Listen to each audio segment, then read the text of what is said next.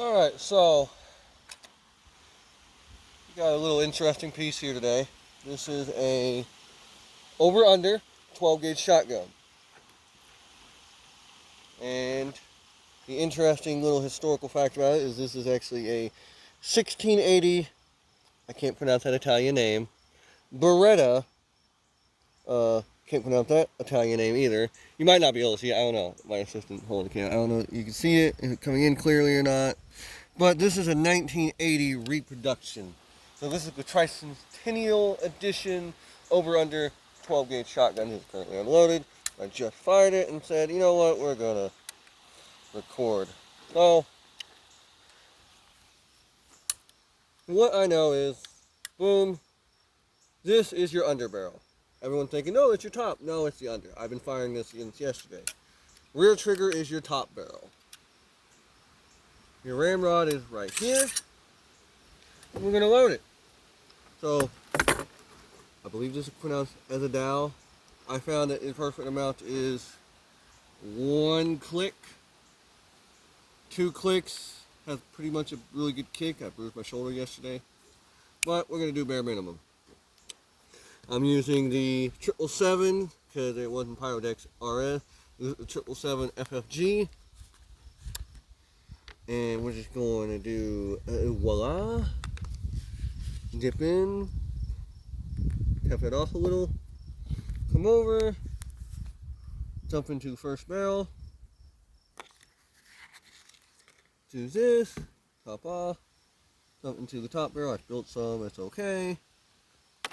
Alright, so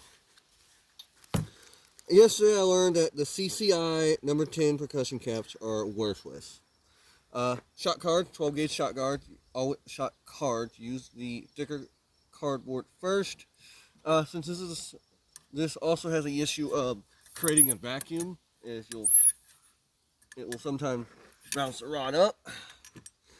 You're probably like, oh my god, you got his hand in front of the barrel. Well, you kind of have to. And it's very stiff because it likes to bounce up sometimes. And it's very hurting because you're having to put your hand on this. So I'm wearing gloves.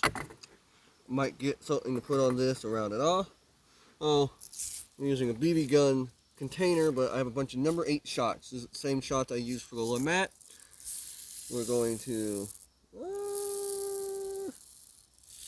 do a square load where it's the exact same amount of powder per volume as it is shots. Load the first barrel. Do the second barrel. Close this. Move here. Put my white cards, the thinner ones, little thin ones. Thin mints. They're thin mints. Don't actually eat them, please. Push them down. Push it down. I'm using thicker lube wads. You don't really need to. These do fall apart. I just kind of shove them in. I don't try to put them in nice and round like this because there's no way. I just put them in because, well, let's be honest, when you smash it down anyway and it's being ejected out when you're firing, it's going to just blow itself out anyway, and it's going to clean your gun. Alright, so we're going to pop, pop. I'm using number 10 Remington, which I believe work the best. In my opinion, from my experience that I've learned so far, just in using them. I think the CCIs, don't get me wrong, they're not bad, but I believe the number 10 Remingtons are the best. They burn hotter and they have a less likelihood of not going off. Alright, so all caps are on. We're going to shoot this bad boy. I don't have any targets set up today. I did all that yesterday. It's very accurate grouping. So the first shot, you can just watch me shoot. The second shot is going to be downrange to see the grouping in the dirt. Okay? Alright, so we'll do the first shot. And now the second shot, if you don't mind looking downrange, so the viewers can see the smoke, or the cloud of dust. And then I'm at about 45 yards, and I'm using the really small shot, number 8 shots. That grouping is about, from 45 yards, about 3 feet in diameter, roughly, give or take. And it's, some people might argue that's not really accurate. Some people might say, oh, that's really accurate. But I think a 30-inch barrel, from here to here, 30 inches, a 30-inch barrel, 45 yards, keeping a tight grouping like that is really good, really accurate. My Lamat could not even come close to doing that.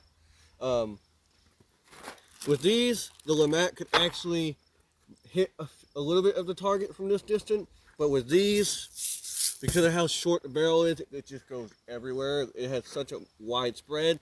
This actually has a tight grouping. If I remember correctly, there is actually no choke on this either. So it's unmodified, no choke, just complete smooth bore. Both of them are smooth bore. But I personally like it. This is the Beretta. This is a Beretta reproduction, this is not made by Pieta. It's not made by Umberti. This was actually Beretta. Now, it might say that it was like, it might say that Beretta might outsourced it to another company. I don't remember the exact detail, but it is a Beretta. And I'll tell you what, I like it. This is black powder.